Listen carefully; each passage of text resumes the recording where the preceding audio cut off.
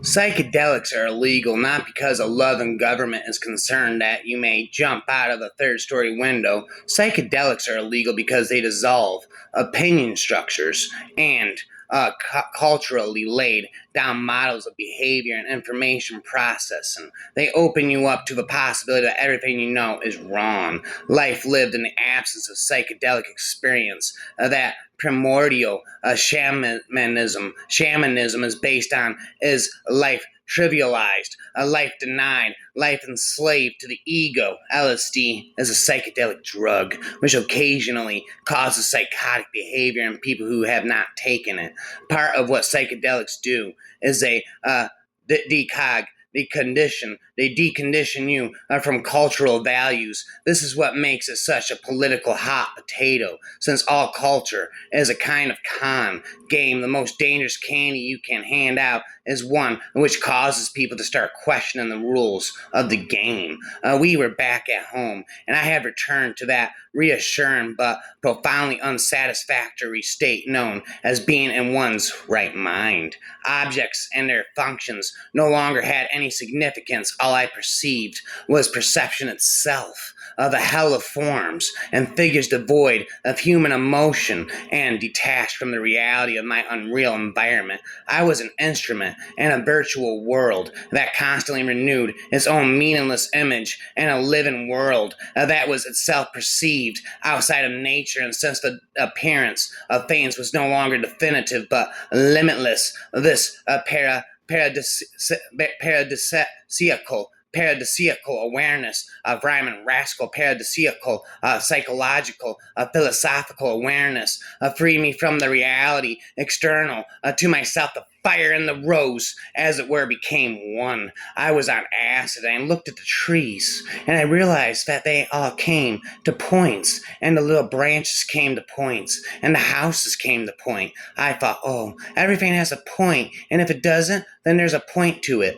Psychedelic experiences are notoriously hard to render in words. To try is to necessarily to do violence to what has been seen and felt, which is in some fundamental way pre or post linguistic, or as students of mysticism say, ineffable emotions arrive in all their newborn nakedness, unprotected from the harsh light of scrutiny and especially the pitiless glare of irony. Platitudes that, when it seem out of place on a Hallmark card, flow with the force of revealed truth. Love is everything, okay? But what else did you learn? No, you must not have heard me. It's everything is a platitude so deeply felt, still just as a platitude. No, I decided the platitude is precisely what is left of the truth after it has been drained of all emotion. To resaturate that dried husk with feeling is to see it again for what it is, the loveliest and most deeply rooted of the truths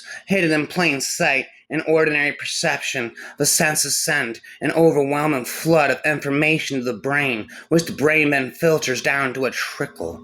It can manage for the purpose of survival in a highly competitive world. Man has become so rational, so utilitarian that the trickle becomes most pale and thin. It is efficient for mere survival, but it screens out the most wondrous parts of a man's potential experience without his even knowing it. We're shut off from our own world. Primitive man once experienced the rich and sparkling flood of the senses fully. Children experience it for a few months until normal training conditioning close the doors on this other world. Usually for good, somehow the drugs open these ancient doors, and through a modern man may at last go and rediscover his divine birthright. Through psychedelics, we are learning that God is not an idea. God is a lost continent in the human mind. That continent has been rediscovered in a time of great peril for ourselves and our world. Is this a coincidence? A synchronicity, or a cruelly meaningless juxtaposition of hope and ruin? I am everything, information, a noun. Shrooms are full of shit. That's a whole story. Grown in shit. It's their essence. They try to humble you in these ways that bring you down to their level. Consciousness is a tricky thing. Masculine is good. Masculine is process, progress. You don't need a plan. You need a presence. You need stillness without retreat, soft attention, open breath. The journey is still happening in your fingertips, in your silence, and the choices you don't yet recognize as choices. The ceremony didn't end. It changed shape. The body is still listening. The breath is still altered. The mind is still rearranging what it thought it knew. The sage does not walk toward a goal. They walk through a question. A destination invites expectation, but a door invites presence. The medicine does not care what outcome you hoped for. It responds to how honestly you name your entry point. What's left after the wave is not yours to own, but you can sit beside it. The sage holds what arises as one might hold water, open hands, not fists. The edge is not the end.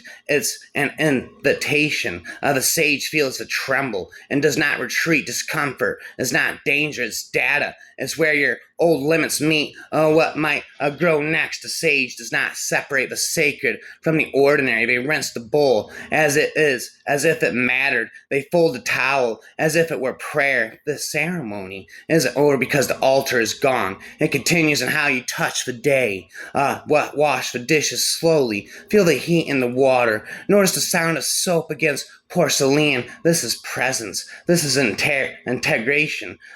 Who's behind those eyes? Who's watching from within? You are not the features, not the age, and not the effort, not the mask you sometimes wear to be loved or understood. You are the one who sees, the one who stays. The breath is not a tool. It is a threshold and a return out, a release. Each breath holds a world of a body remembering now, the moment asking for nothing. A stillness is not empty. It is full of everything you've been avoiding. The sage does not fear the echo. They sit inside it until it becomes a song. When the world stops talking, your mind gets loud. The list, the memory, the ache, the fear all rise to smoke. In a windless room, the sage does not return. Unchanged, they integrate. You are not the same, not because the medicine worked, but because you did. You sat with your shadow. You stayed through the storm. You chose the harder honesty. This wasn't an escape. It was a re-entry. The sage does not confuse the seed with the tree. You are not one version of yourself. You are many versions of yourself. I am by infinite me spent for eternity on LSD. The one who doubted, the one who tried, the one who left, the one who stayed, the one who kept showing up. Even when no one noticed, you scroll, you feel, you judge, you click. But do you pause? Do you see what you're chasing? Do you notice what's pulling you? We have been witnessing a rebirth of psychedelic research since the early 2000s due to the fact we are in what many people call the psychedelic renaissance. One cannot help but draw comparisons to the European Renaissance that spanned the 15th and 16th centuries, an equally significant age of discovery. If we are in a psychedelic renaissance and keeping in mind that history regularly repeats itself, it would be reasonable to assume that a set of activities with matching enthusiasm will happen, what I call the psychedelic age of discovery. Let us consider a sad illumination. The Manhattan office worker moves through the clutter of a factory-made anonymous furniture to a plastic impersonal kitchen, to breakfast on can, packaged anonymous food fuel, addresses herself, higher self in a city dweller costume, travels through dark tunnels of sooty metal and gray concrete to a dark metal room foul with polluted air. All day, he deals with symbols that have no relevance to her. Divine possibilities. This person is surrounded by the dreary impersonal assembly line, mass-produced, anonymous environment of an automated robot, which perfectly mirrors her turned-off awareness. When this person turns on, he sees that once the horror of her surroundings. If he tunes in, he begins to change her movements and her surroundings so that they become more in harmony with her internal beauty. If everyone in Manhattan were to turn on and tune in, grass would grow on first. Tireless, shoeless divinities would dance or roller skate down the careless streets. Ecological consciousness would emerge within 25 years. A fish would swim in a clear blue Hudson. Every single thing here has decided I belong to it now. A well-tended fire doesn't just burn for a night, it provides warmth, light, and sustenance long after it has been carefully maintained. The same is true for psychedelic experiences. The mind, unfettered by the constraints of the ego, dances with the cosmos in a static a union. Shortly after inhalation, I experienced warm, flushing sensations, a sense of wonder and well-being, strong auditory hallucinations, which included an insect, a cicada, a sound that ran across my mind and seemed to link my body to the earth.